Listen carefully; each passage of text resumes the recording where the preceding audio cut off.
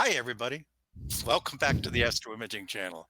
Tolga's back, and that's a good news for us. We're going to practice our Streamlabs stuff and things like that, so we will do a better job on the future, making sure that our program goes out the way it should go out. Tonight, we're real excited to have one of the premier lunar imagers with us. Robert Reeves is joining us all the way from Central Time Zone in Texas. I've seen Robert a couple of times at the Advanced Imaging Conference and the Texas Star Party and at NEAF and NEAC and all this other cool stuff. And he's always got lots of good things to share with us. So he'll be here in a minute or two. I wanted to tell you a little bit about some other things that are going to be happening. Next week, Sam Roptek is coming to tell us about the OBSTEC Remote Observatory. And the week after that, Bill Clugston is going to be doing a special show with us about those who have health disabilities and want to still do imaging. You know, there's some challenges that people have every now and then. And, it'd be good for us to know about them. And, Bill's going to be telling us a little bit about that on the 19th. And then Warren Keller is going to end the month with us. Warren has been working real hard on, the PixInsight did a big update not recently. And there were some things that didn't go smoothly. And so Warren had to tear some hair out, which is a tough job with Warren sometimes, but Warren had to tear some hair out and reorganize some of his tutorials and things like that. And he's going to be around to tell us a little bit about that. And then, well, the playoffs began today and they end on February 2nd. And we're going to be taking February 2nd off because it's one of the high holy days in the United States, the Super Bowl Sunday. But that's what's coming up on the Astro Imaging channel. We hope you join us. We hope you join us tonight. Well, you're already here, I can see. And for those of you who are watching later, join us on Sunday night if you can, because you get to ask us questions. You can go over to the YouTube, and you can type in your questions for Robert or for anybody else, or you can have conversations about astro imaging. You can suggest topics for us to cover and things like that.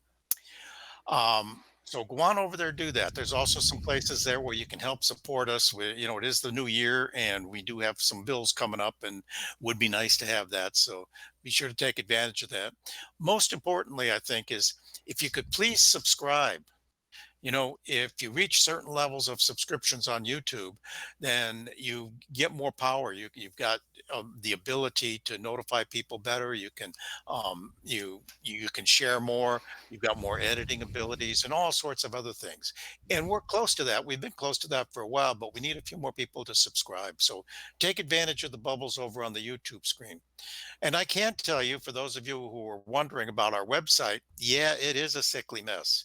We keep promising we're going to do something about it, and we're going to get close. I'm sure we're going to get close, but we haven't been able to pull all the punches right yet, and just get it. We haven't been able to do it yet. So I'm sorry for that, but we will get back to having a good website for you. But for tonight, Robert is here. Robert is coming to tell us about lunar imaging. He's got some good images to show us. So I'm going to turn it over to Robert. Robert, take it away. You're on.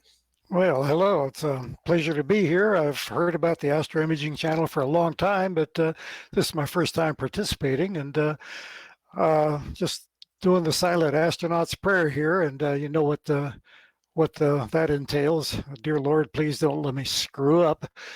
So I'm not exactly sure how to do some of these things. So let's see if I can go to screen share and do a little bit of introduction.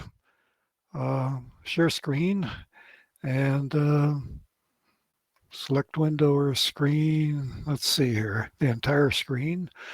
Allow.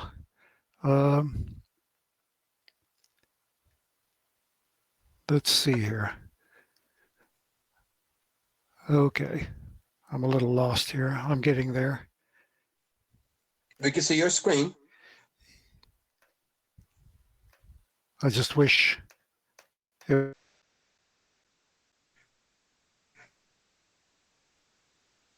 would respond. We just did this in practice a minute ago, and I could show you. Oh, there it goes. I don't know why it took so long, but now I've got about 30 different instances of File Explorer up. Might just be a little slow So, since we're streaming. yeah, it's like I said, recite the astronaut's prayer and hang on. Okay. One more time. There we go. And come on.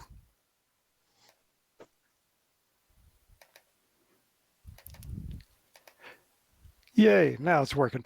Okay, I'm going to show about a dozen pictures or slides from the introduction of the presentations that I've been giving all around the country, even over in China. Earlier this year, I did a 6-city speaking tour in China, Hong Kong, Beijing, Guangzhou, Macau, Shenzhen, uh, speaking to the Chinese amateur astronomy community, and even gave presentations to the Harbinger or the uh, Harbin Institute of Technology, which is China's equivalent of MIT. That was quite an honor, not something I didn't expect. But as part of that introduction, talking about my moon work, this slide begins it. I've been in love with the moon my entire life. And my earliest memories of the moon were watching moonrise through the bedroom window when I was a child. But today, space explorations have not stripped the wonder and mystery I felt from the moon when I was young. And there's a name for people like me, a selenophile, a person who loves the moon. Now, in the process of doing my astrophotography over the past, I took my first moon image back in 1959. Been doing this for almost 60 years. Well, actually, now it is 61 years. But in 2000, I published the book Wide Field Astrophotography, and it was fairly well received. But photo technology changed. It was the end of the film era. It was the last book written about film astrophotography. So in 2005, I published the book Introduction to Digital Astrophotography. This was the first book written about astrophotography with the DSLR. Now, although I'm well known for my lunar photography, I do need to emphasize that I also enjoy deep sky photography through various telescopes, including my teleview refractor and a new toy that I got just after Thanksgiving, which I will show you in just a minute. But in 2006, I published Introduction to Webcam Astrophotography. This book helped popularize the use of webcam video capture for planetary photography. And I like to think that it helped launch today's planetary camera industry. So along the way, my moon pictures have appeared on the covers of magazines, appeared in magazine articles, some of which I wrote. My moon pictures have been on the covers of science fiction books as well as technical publications. They've also appeared in popular astronomy books. If you have the latest issue of the beloved Turn Left at Orion, you have some of my moon pictures. My moon pictures are also used by some people who collect astronaut autographs. It's fun to think that my moon photos signed by people who walked on the moon. And indeed, some of you may even be sitting on one of my moon pictures. If you have an iPhone case by a spec that has a photo of the moon on it, that's one of my moon pictures. So over the past 10 years, I've spent a large amount of time chasing big telescopes across the southern United States in an effort to take high-resolution lunar photographs.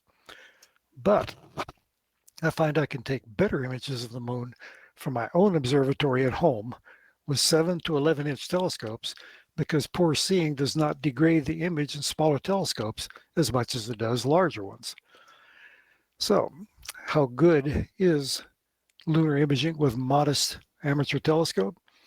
The image on the left that I'm holding is the image on the right is a plate from the famous Kuiper Lunar Atlas, the best the professional astronomers could do from Earth in the 1960s, back when we were gearing up for the Apollo era. The image on the left was taken from my own backyard with a Celestron 11. I'll let you be the judge which one is better. I like to say that I have no special talent. I am passionately curious, and that's what drives me in my astronomy. I like to think of the moon as my playground, and I'd like you to come out and play with me. So, my latest toy, I got a Celestron 11 about a month ago. A Celestron 14 about just after Thanksgiving. It's on a CGXL mount. The pier I made myself. It's something I've had about 20 years ago that I used to have under my old Schmidt camera that I use for deep sky photography. But I've been commissioning this thing with the Hyperstar. And last night, I finally got everything operational from the heart of downtown San Antonio. I think that's not too shabby for the double cluster, considering we had a bright moon out. And the same with M35. Uh, each cumulative 30-minute exposure, I think 225 10-second exposures all stacked together. I've measured down below 15th magnitude stars, so I think I'm going to be able to image a couple of asteroids that I have my fingers in. My own asteroid, the one named after my wife, and some that are named after good friends of mine. Curiously, while I'm commissioning this new system, um, the most popular picture I took was an accident in processing. I took M42 the other day, and the processing went wrong. But instead of backing up and doing it right, I kept pressing the issue to deliberately make it as abstract as I could. And this image has turned out to be extremely popular among my wife's artist friends. I've had to print quite a few large format prints of this to give away to people. So it's been a lot of fun. Let's see, get out of this. And now how do I get back to, here we are. Alrighty, are we still on? You stopped screen sharing, Robert. Yes, I stopped We're screen seeing, sharing. we're seeing you. Okay, yes, well, I just want to make sure I was still on the air. I didn't Oh know if yeah, I was you're, just talking, didn't you're know if I doing was just fine. talking to myself. Okay, well then we'll get that that screen sharing back up, and Well, since we have a little break, uh, I have a question for you. sure. What camera are you using with your Hyperstar? Canon 6D modified. Okay. Yep, I set it to ISO 6400, and like I said, with the I use a triad filter, which is probably not the best choice for stars. It's really supposed to be for deep sky objects, but with a big bright moon up there, I decided to go with some bright clusters. When the moon goes away, I'm going after the usual faint things that everybody loves, Rosette Nebula and so forth. But the fact that I can do that kind of imaging from my driveway in the middle of a town where I'm doing good to see second magnitude stars on a nice clear night, I'm rather happy with the results I'm getting. So might be a little less moon work in the future for me and a little more deep sky from the backyard, but I'm thrilled with what's going on. So let's, are there any more questions before I do a brief overview of how I process my lunar pictures? I think we're all right for now, but I'll watch it over on YouTube and let you know. So Alrighty. every 5 or 10 minutes, you know, take a brief break and we'll feed you the questions. Come up for air. Okay, let's see if I can get back to where I was, and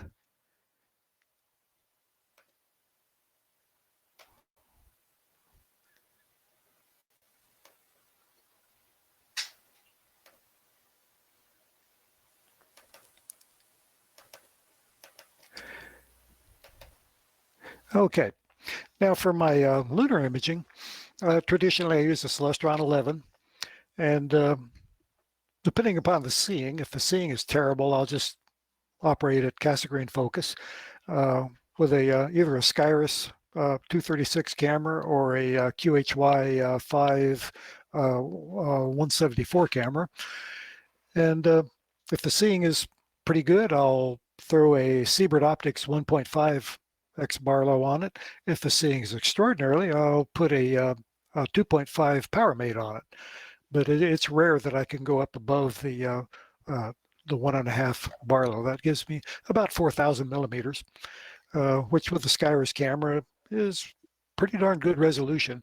If the sky is relatively steady, I can image sub-kilometer features on the moon, which to put it in perspective, if I walked into the University of Chicago astronomy office back in 1960 and plopped him down on Gerard Kuiper's desk, I would have owned the moon until the lunar orbiter uh, satellite went into orbit around the moon back in 1966, 67.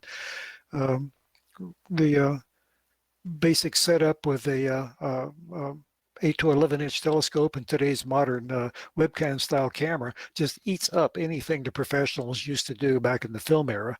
So the modern amateur doesn't know how good they have it nowadays. But using that setup, I've used a 7-inch Maksudov Skywatcher, my own Celestron 8 initially, Celestron 11 lately. I haven't tried the 14 on the moon yet. I've been tinkering around more with the Hyperstar. But my process is to take a 5,000 frame video, and with the USB 3 Skyros 236, that takes a little under 2 minutes. So I feed that into freeware called Auto Stacker and command the software to pick and stack the best 500 out of 5,000 frames. I figured the best one out of every 10 will give me some pretty good odds to fight the seeing around here. After Auto Stacker crunches the numbers and comes up with turns a 11 gigabyte video into a single TIFF image, I import that into Photoshop. And the first thing I do in Photoshop is apply the shake reduction filter, which is in the filter section under Sharpen. And the shake reduction filter is fairly new. It's been in just the past recent iterations of Photoshop, and it's one of the secrets that makes me look better than I am. But then again, if you use all the tools available, well, you're being as best you can be. So either way you look at it, it does such a good job of sharpening up moon pictures that it almost feels like a cheat. But I'm not going to argue with the results. The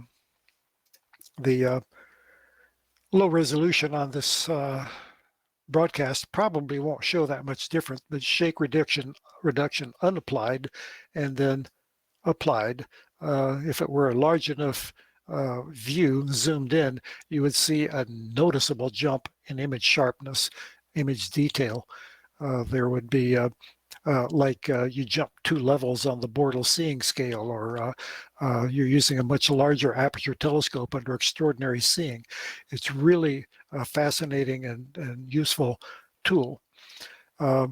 Next, I crop off the ragged edge, because around the edges, whenever you stack a lot of images, you get this. There's a cat fight going on behind me. Weird. Anyway, whenever you stack many images, you kind of get a ragged, fuzzy border. So crop that off in Photoshop. And if the image isn't already rotated so that north is up, orient it properly. In this case, we have to tilt it to the left a little bit. I'm very big on north up on the moon. Up until 1960, the moon pictures were traditionally printed south up because of the inverted view in most telescopes. But nowadays, we like to follow the terrestrial map routine with north up. So put north at the top. Then I go into the Photoshop Camera Raw filter to do all the adjustments. Everything is there, a one-stop shopping center for all the adjustments you need. Dial in the exposure, correct the exposure if it's a little bit off, suppress the highlights if they're burned out, lighten up the shadows, darken the blacks until the shadows are actually black. There are no such thing as a gray shadow on the moon. If the shadow is gray, it's an artifact, and we're going to have to mess with it a little later, get rid of it. Another trick in Photoshop that makes moon pictures look really good is experiment with the clarity slider in the Camera Raw filter. The clarity slider will enhance the Mare regions and really bring out the wrinkle ridges that give depth and texture to the Mare regions, and also helps overall with the image tone and contrast. Um, Next step is I enlarge it to 300 dpi, as if it were printing on a full-size piece of paper.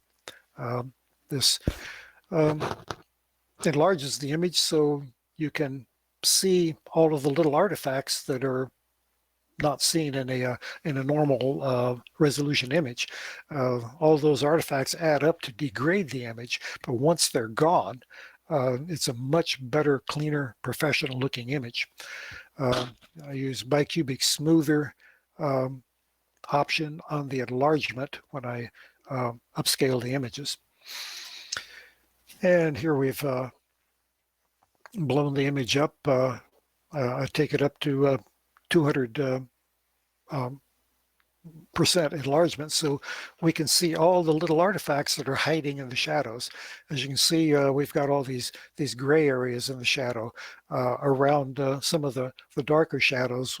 See these very bright, I call them bathtub rings, around the rims of shadows. These are stacking and processing artifacts that are not real. These gray shadows are not real.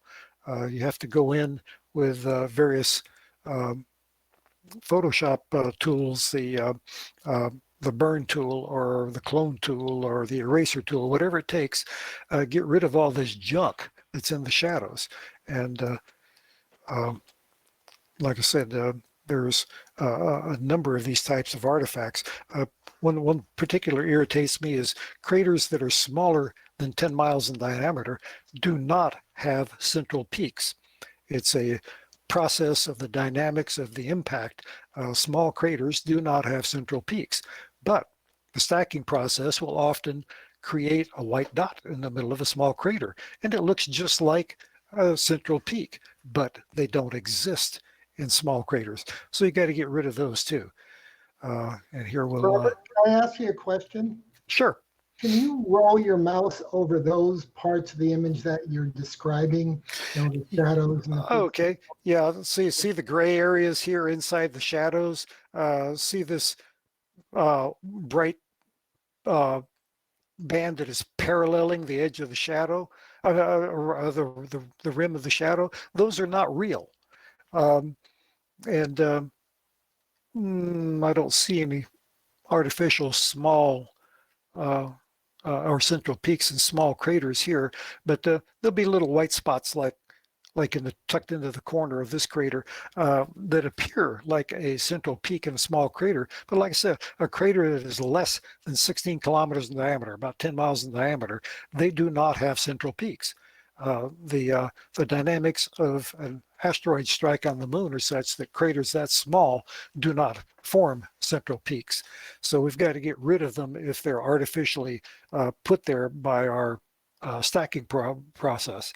So we progress to the next one, and you see all this junk is gone.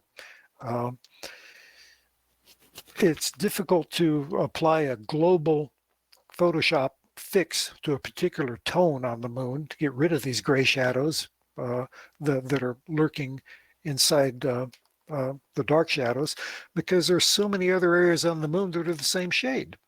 You'll eliminate real detail if you try to use a global fix.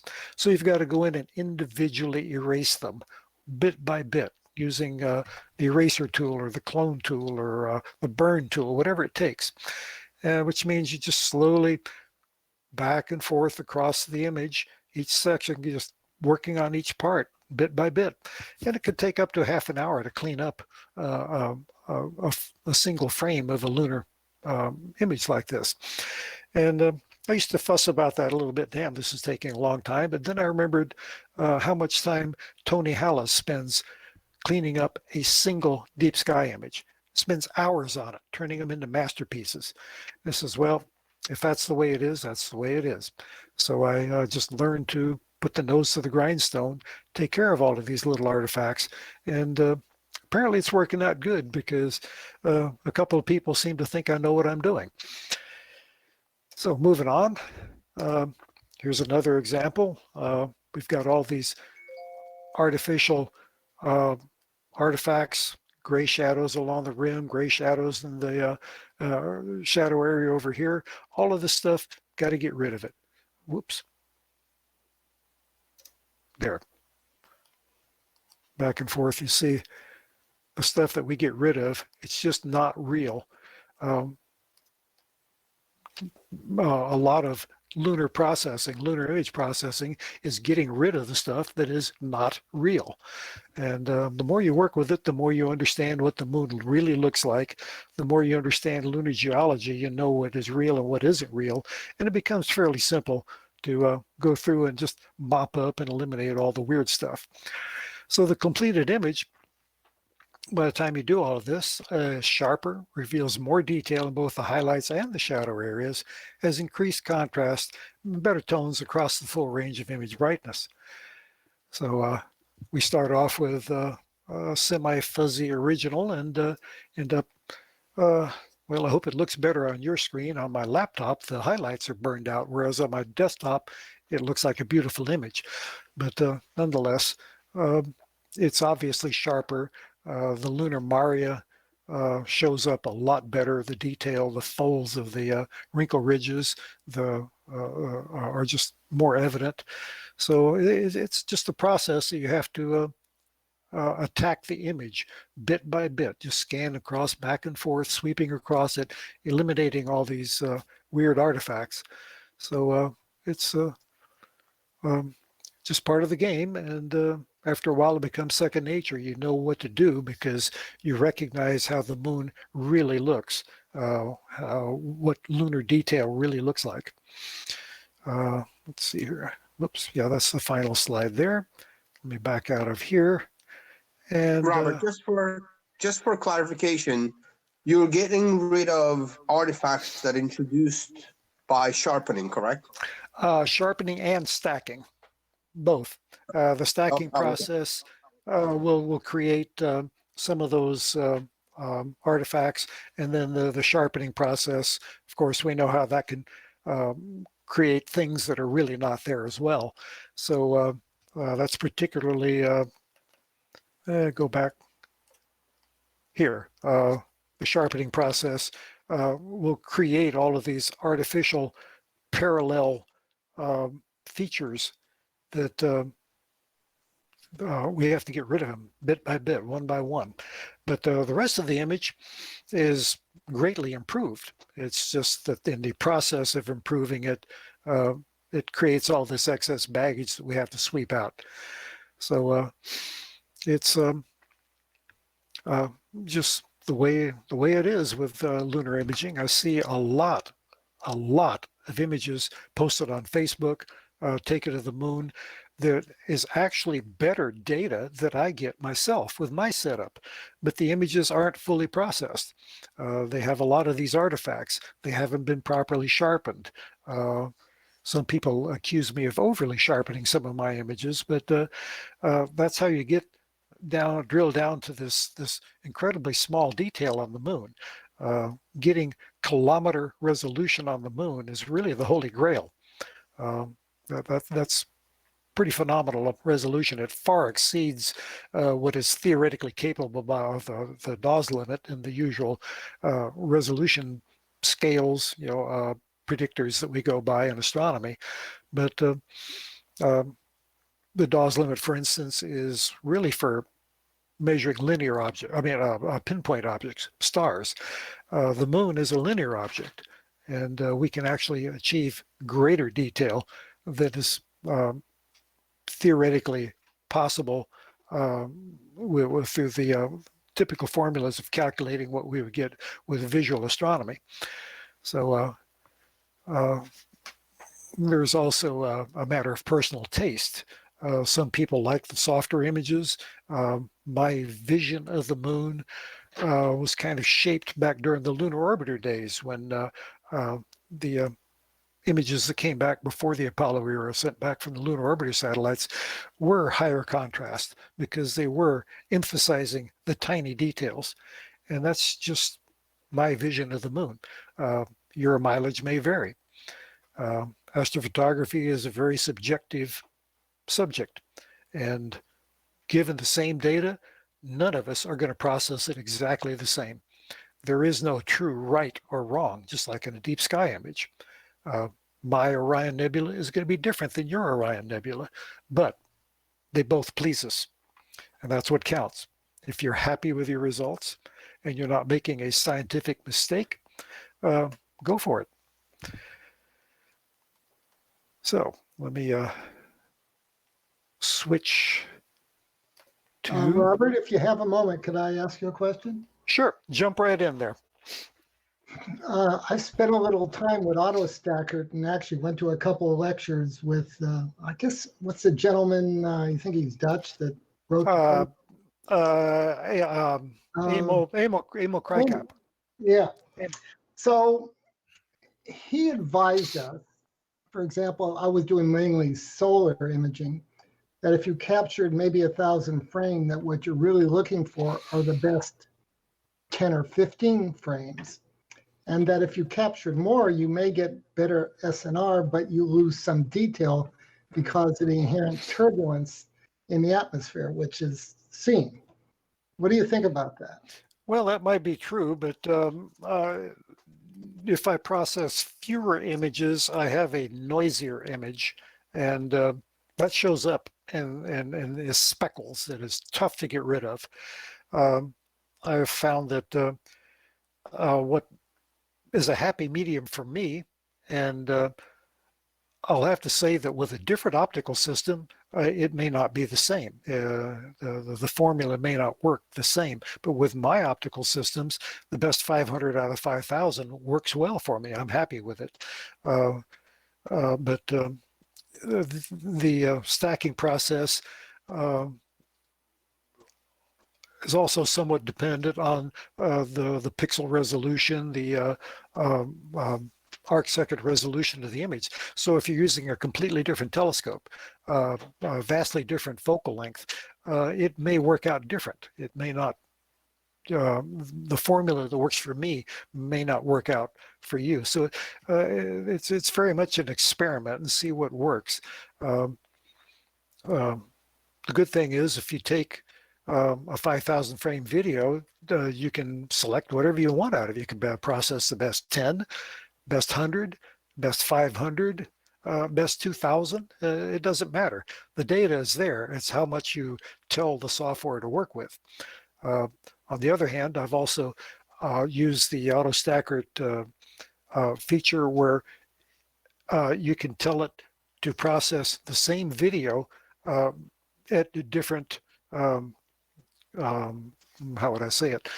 You can tell it to do the best 100 frames, the best 500 frames, the best 1,000 frames, and do this simultaneously. There's an option in there where you can do up to 4 different types of stacking runs off of the same video at the same time, and it will output 4 separate images. I have tried various resolutions, and I find that there's very little difference. So I've just kind of out of habit of what works for me, stuck with the best 500 out of 5,000. It just seems to be a formula that I'm happy with. And if somebody would demonstrate to me something that works better, I'd be happy to jump on it. I'm kind of lazy. If I find something that works, I'm going to stick with it. Did that kind of answer your question, or did I drift away? No, actually, you brought up another principle that I use. I'm absolutely loyal to all my techniques until something better comes along. Yes, well, me too. I used to use Registax and thought I was doing okay with it until Chris Go and I got together at NEAF a couple of years ago, and he introduced me to AutoStacker, and I've never looked back.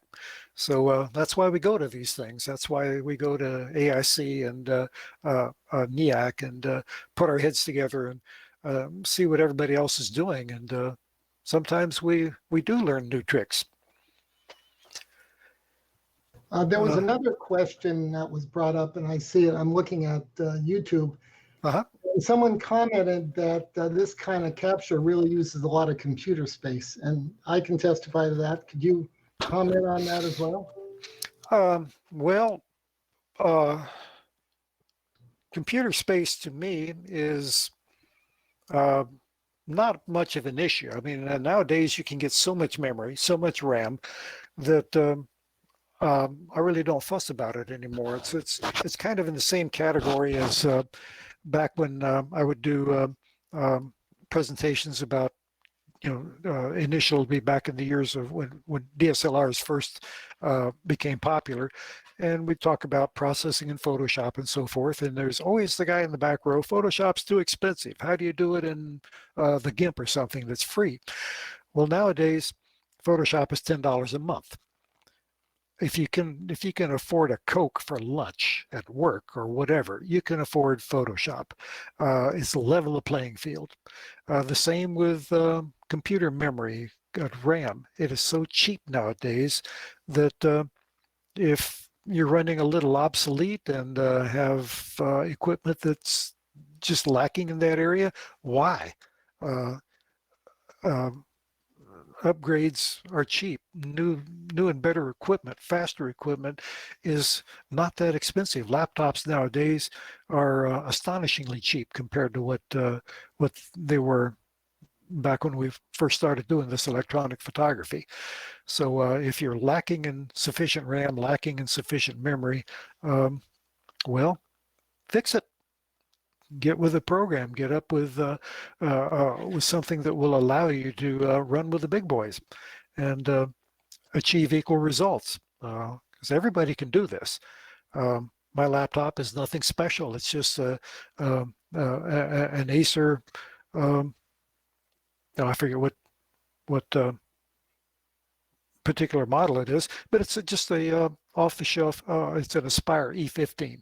I see it now. It's nothing special, but it has sufficient memory, it has sufficient power. It's um, uh, only got an i5 processor instead of an i7, but that's enough horsepower that this stuff just chews through it.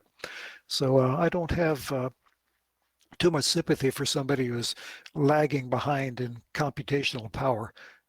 Sorry if I sound a little snobbish or elitist, but that's just the way it is. If you're going to run the Daytona 500, you better bring a good hot rod. That sounds good. Why don't you continue on? Okay. Well, Eric, or Robert, did you guys, Eric, did you see the question/comment about the C14 with the 4X Barlow? Yeah, no, I I did. saw that, but it was kind of like batted back and forth over on YouTube, and I thought they kind of resolved it. Okay, okay. C14 with a 4X Barlow. All I got to say is you better be on top of Mauna Kea or at the Canary Islands to use that much power. I think that was kind of the conclusion on that. Yeah. Anyway, well, for the remainder of we've got about 20 minutes to go on this. Well, I was just going to cruise through some of my popular photos. This is from a folder that I run my screensavers from. Windows has the option of running a slideshow as a screensaver, and a lot of people have asked me for these, and I sent them the entire file. It's something I freely give away. It's got all of these images in it, and it just scrolls through and shows my moon pictures as a screensaver. So initially, here we have the first quarter moon. Although I operate at substantial focal length, 4,000 millimeter focal length with a planetary camera, is doing good to get like Mare Crisium, this C right here in one single frame. So to do full disk images, you quickly turn to mosaicing programs, and the best one I have found so far is the free one from Microsoft, Microsoft Image Composite Editor. Uh, for a Microsoft product, I'm astonished that they give it away, but it's very good. About half the time, the photo merge in Photoshop will fail and not merge my moon images, but Image Composite Editor, the Microsoft ICE program, it nails it every time. So these full images of the moon, often they're 10,000 pixels across because it's a combination of dozens of smaller fields of view. And it's a lot of fun to print these on large format prints and let people look at them. They have to use a magnifying glass to see all the detail. Sunset on Oh, Lordy. Aristotle and Eudoxus craters. I'm getting kind of tired here. Uh, like I said, been up past couple of nights playing with a hyperstar, and I'm running on a sleep deficit now. Um, One of my early pictures, when I first got the C11, sunset on Hercules and Atlas craters. Uh, I just love these dramatic, deep shadows. It gives you the feeling of falling off the edge of the earth or plunging into an infinite deep hole. It's something that kind of stirs the horrors in the subconscious, but at the same time, it's utterly fascinating. Um, Cassini crater up at the top, and uh, Aristillus and Autolycus at the uh, left. Again, more deep shadows along the terminator. Um, the Alpine Valley up at the top, 80s, right on the terminator. And looking on the south part of the moon now, the huge potato-shaped crater in upper center, Clavius, and Copernicus crater is always a favorite. Uh, One of the few craters that you can see evidence of on the moon with the naked eye, because the ray pattern splashes out so much that you can see the rays pinpointing where Copernicus is. And sunrise on Copernicus.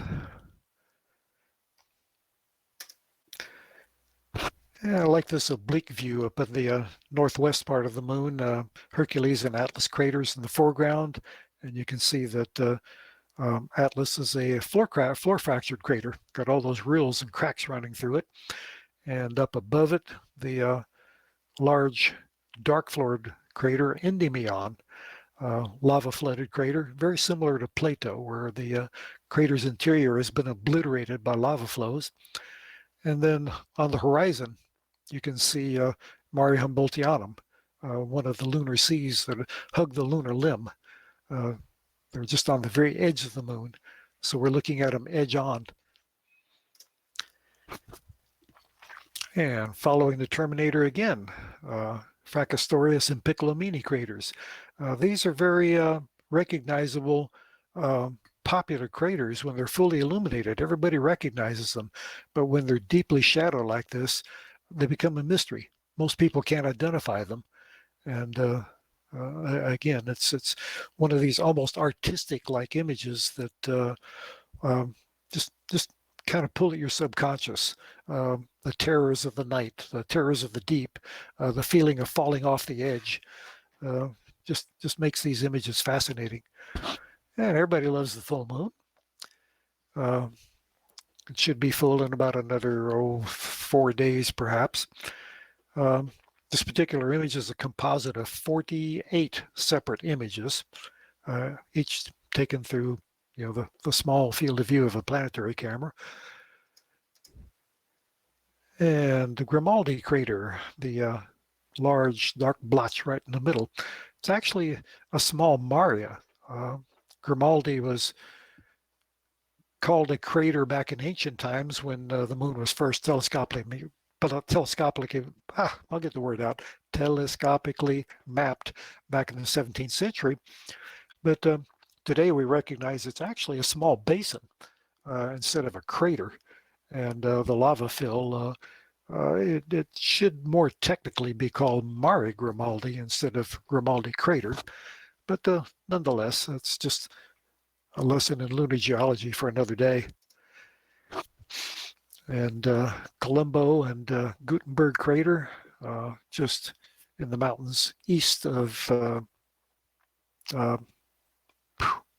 getting tired. I know these places. Anyway, the Pyrenees Mountains running along the edge of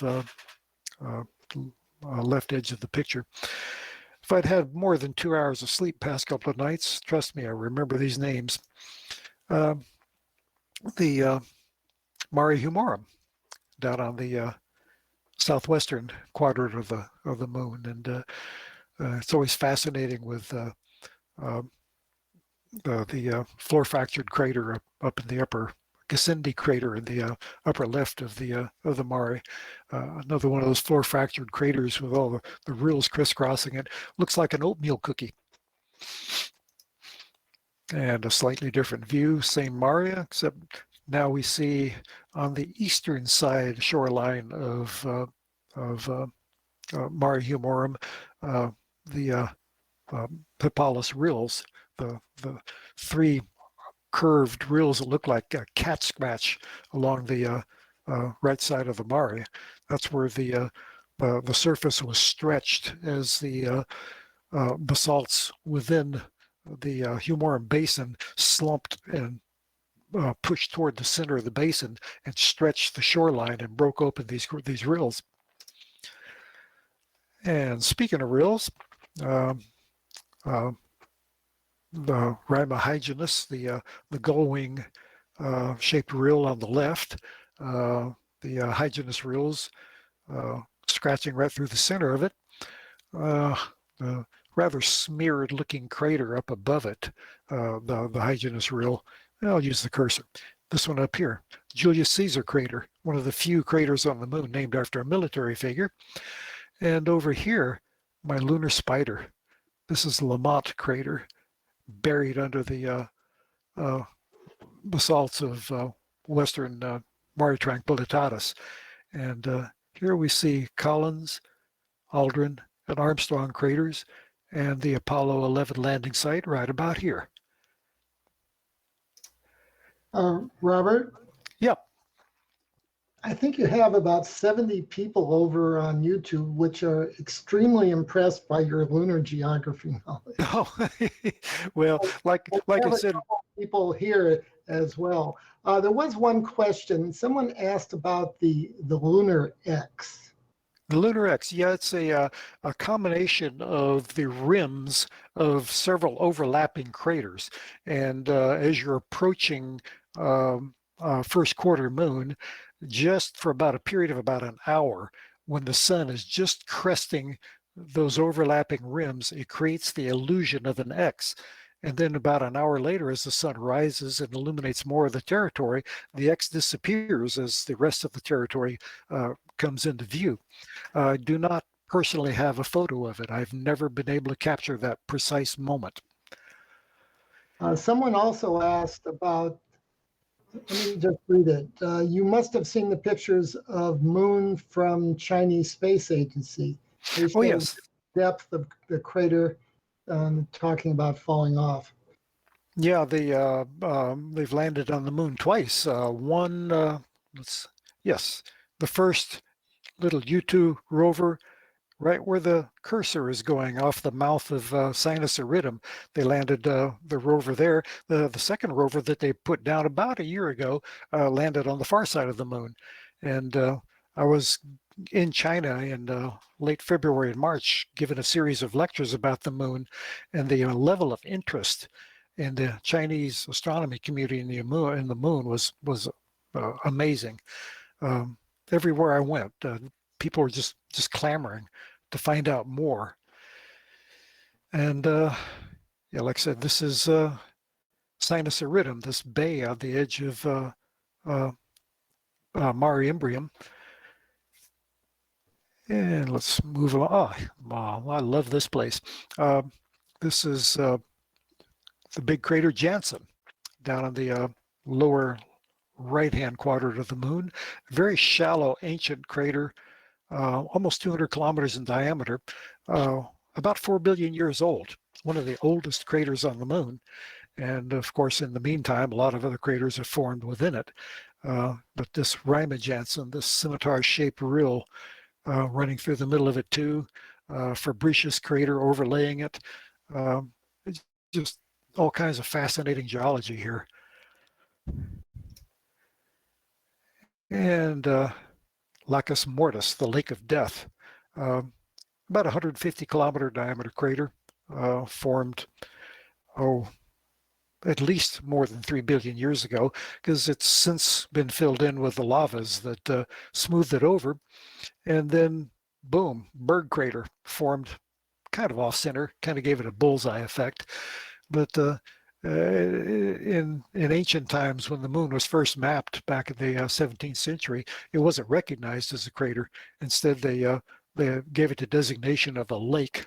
Uh, the early maps on the moon suppose that the dark maria were actual oceans, and the smaller bodies were either marshes or lakes. And Lacus Mortis, the lake of death, is one of these. But today we just recognize it as a lava-filled crater that the central peak has long been obliterated. The collapsed terrace walls have been flooded with lava. And then along comes a berg crater and creates a more traditional looking crater on it with a normal central peak and collapsed terrace walls that slump down toward the inside of the crater. But here we have a couple of examples of what I was talking about earlier in the processing section about how small craters do not have central peaks. Here we see Berg, which is probably about 30 kilometers across, has a rather healthy central peak. These smaller craters are just bowl-shaped simple craters. They have no central peak. When you get below a certain size threshold, the energy of the cosmic impact that creates the craters is insufficient to create the rebound, shock rebound of the subsurface layers of rock, so we do not get central peaks in smaller craters. And that's why I was saying if the stacking process for image processing creates a central peak in one of these craters, you got to get rid of it because it's not real. And moving on, oh, here's Lamont again. Lamont is actually a buried, it may be a buried basin because there's evidence of a second ring. If a crater has two rings, it's actually technically a basin. But here, this has been buried by the lavas that flooded Mare Tranquillitatis. And these wrinkle ridges form what looks like spider legs. I call Lamont my lunar spider. And here's Arago crater and the Arago domes. These mounds are actually volcanic mounds. And here's my lunar four-leaf clover, Meton crater. It's actually four overlapping craters. Their mutual rims have been obliterated in the middle and filled in with ejecta thrown from the Imbrium Basin impact about 3.85 billion years ago. So these are all ancient craters up here, perhaps 4 billion years old. And the collection of them that create this four-leaf clover, their interiors were buried by the ejecta thrown from the Imbrium Basin, which merged them all together into my four-leaf clover. Robert, I have another question that's popped up. Sure. Do you ever image the moon in color? No, I use monochrome cameras only because, well, the moon is basically black and white. However, there are a number of people. One person who comes to mind is James Harrop in England, who uses a very similar setup to what I was using. He's got a 180 millimeter Maksudov Skywatcher and a similar camera to mine, except he's got a color version. And he does a little bit of color stretch on it, and it shows up the differing mineralogy on the moon quite well. The different titanium content in various basalts will create different colors, very subtle colors. And when he processes them in Photoshop and enhances these colors, it shows the differences in the geology very well. He's very good at that. And um, I applaud his work. I've featured it on my 365 days at the moon sometimes when I'm at a blank spot and I don't have a new moon picture. I've been known to show some of James's pictures in color. Another question, does Earth shine ever illuminate some of these shadows of the dark side? And do you ever bring that out in any of your images? Technically, yes, they do illuminate the Earthshine will illuminate the shadows. In fact, Earthshine will illuminate the entire shadow side of the moon so brightly we can see it with our naked eye when the crescent moon is hanging over the just above the horizon. And look at kind of like the smile of the Cheshire cat. However, the dynamic range of these off-the-shelf planetary cameras that we use isn't sufficient to detect that. Now, if you had a scientific CCD and did the proper processing to it, yes, you could probably detect some degree of detail in shadowed areas. But our relatively inexpensive planetary cameras that we get from the off-the-shelf manufacturers, they just don't quite have the dynamic range unless you go through extraordinary lengths to take a very long video and do a lot of processing, which is more than what I personally care to tinker with. It'd be interesting to see if somebody could achieve that with, say, an ordinary QHY, ZWO, or a Skyros camera, just by getting a long enough video and really hammering the processing. But I've never personally done it. Robert, the one of the things that I've always questioned is, um, for instance, in the image that you're showing right now, Yeah, you've got the sun crossing from one direction, and it's radiating on the opposite side of the crater. right. The opposite of that side of that crater is all lit up, and it's basically lit up pretty much gray white, about as bright as a parking lot, Uh-huh. bouncing light back into the shadowed area. Well, the shadow area is, of course, quite black because there's no atmosphere on the moon. But But I will there admit is a source of there's some sort of illumination.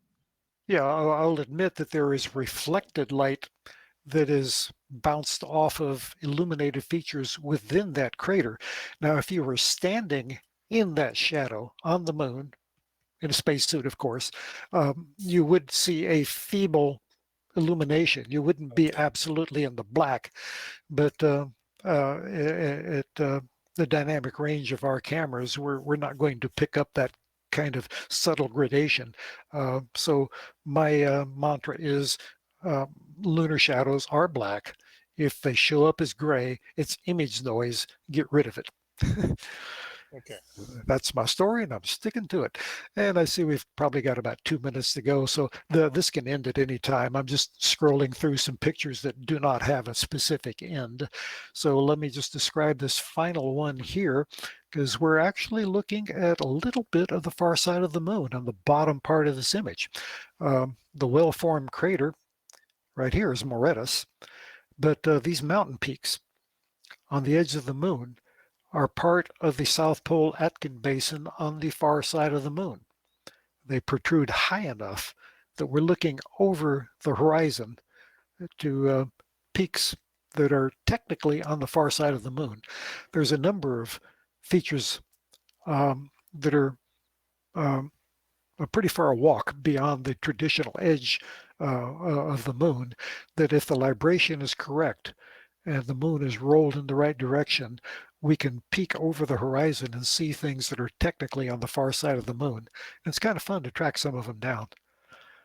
So um, at that point, I guess I should ask if there's any other questions because we're kind of running out of time and I don't want to ignore anybody. Robert, I've got a question. Sure. You're imaging with a Schmidt, is that correct? Well, either a Maksudov or a Schmidt-Cassegrain, yes. The images that we've been seeing that I've been going through were taken with Celestron 8, Celestron 11, or a 180 millimeter Maksudov. How did you deal with the field curvature with your mosaics? There is no field curvature in each image. Okay. Like the image that we're looking at right now is a single frame. It's Right. it's not a mosaic. A lot of them were the ones that are backed up like you're in a higher orbit were mosaics, and particularly the images showing the entire disk of the moon are mosaics. But as you can see, the the the the resolution is good across the field of view. There is no field curvature on these because we're looking at such a tiny portion of the center of the field of view. The sensors on these planetary cameras are small compared to even APS-C size DSLRs. We're only looking at a fraction of the field of view of the telescope. Okay, I've got one more question. All What right. method? What, what method are you using to achieve a really sharp focus? Because these images look great. Uh, I will blow the image, well, go to the Terminator where we've got extremely high contrast shadows and enlarge the image about 300% on the screen and just gently rock the focus back and forth until I see the point where these tiny, tiny little details are popping in and out, particularly like little mountain peaks just protruding into sunlight, will almost be star-like. And I'll work with those tiny details until I get them the best that I can. Thank you. Well, it's been fun, guys. Alex, you want to take over? Hi, I'm here. Yeah, let me. Mic was turned off. I think Eric's going to be checking out to see if there are any other questions over there, and then he'll go over. But I think we've been covering them. We've had a few conversations along the way. There's always side conversations going on, and that's what we're here for. We're kind of like a virtual meeting, just like you go to your regular club meetings. This is a Mhm. virtual meeting. We have about 76 people watching you tonight, Robert. My goodness. And on behalf of those 76 and the 1,000 or so that will watch it over the next week, I want to say, hey, thanks for taking us to the moon, man. That was cool. That was pretty cool. We had a lot of people going gaga goo goo over your pictures. I mean, the Well, sense of depth, the contrast, the sharpness. It was great.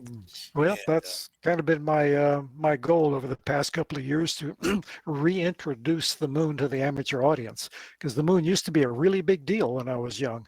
We were going mhm. to the moon. The Apollo program was going on. The moon was a goal, a destination to be explored, and then it kind of faded away, and that's a It did. shame. I think we should all look at the Ranger pictures and the early, you know, once upon a time, they were calling on amateur astronomers, imagers to find out where we should land on the moon. We just Mhm. didn't have good pictures that, of the moon, and it was tough to get them. And any of these pictures would just put to shame a lot of the pictures that we actually use to plan our trips to the moon. Yeah, and the So good news is everybody can do this now. It's all off-the-shelf equipment that anybody can use. yeah, I take pictures like that all the time. Anybody can do it. Yeah, no, not really. It takes an artist. It takes somebody. It probably takes somebody who really wants to do it, who really gets really careful, and yeah, buys his C8. I mean, Robert was using a C8 for many of these pictures, Yeah. and don't we all have a C8 someplace in the closet, someplace? And maybe maybe a Barlow, and most importantly, a lot of good time. Let's make sure it really is in focus, and we're really getting 5,000 frames and stuff. It's a process, and once you master it, it just becomes part of the routine, and it becomes relatively easy. Okay, Eric, have we picked up any questions that we need to answer? Don't see any. I have another question. What kind of material do you print on? You use metallic, regular photo paper, Oh, to inkjet? to make my moon prints, I get 13 by 19 inch Canon photo paper on eBay fairly cheaply, about $1 a sheet, and of course I have to use refillable ink cartridges or it gets crazy. But it all boils down that I can make these, fairly large prints about this size for about $1 a piece. And they seem to be quite popular. A lot of people are walking around with them now. This particular one is that uh, really abstract Orion I did. Been asked by artists for a lot of prints. So I've had to make quite a few of these prints today to give away to artists. So are this is an inkjet printer? Is that right? Yes, yes. Yeah, I use a Canon Pro 100, um, which kind of fell into my lap by accident. Uh, Actually, Tom Weidman, a well-known astrophotographer from up in Dallas, gave it to me because he had too many printers, so he passed it on to me, and it was a godsend. It just does astonishing work with my moon pictures. It's a really remarkable printer. Like I said, getting the paper on Amazon and using refillable ink cartridges, you throw them out about $1 a piece. They're really economical. I think we're all set, Alex. Oh, okay, thanks a lot, Eric. Again, I had my microphone off. Um, so I think that's going to conclude for tonight. Next week we're going to have another show, and well, I've lost my notes. We're, we're going to go to see a remote observatory operation, and I think we'll enjoy that too. So don't forget, if you've got something you'd like to share with people, we are always looking for presenters. And so get in touch with us and we will take it over. Now, Tolga, we ready to sign out? Take it away, Yeah. friend. Yep. Thanks, Tolga, for your work tonight. You're welcome. Thank you. All right. Good night, everybody. Good night. Thank you for having me. Good night. Adios.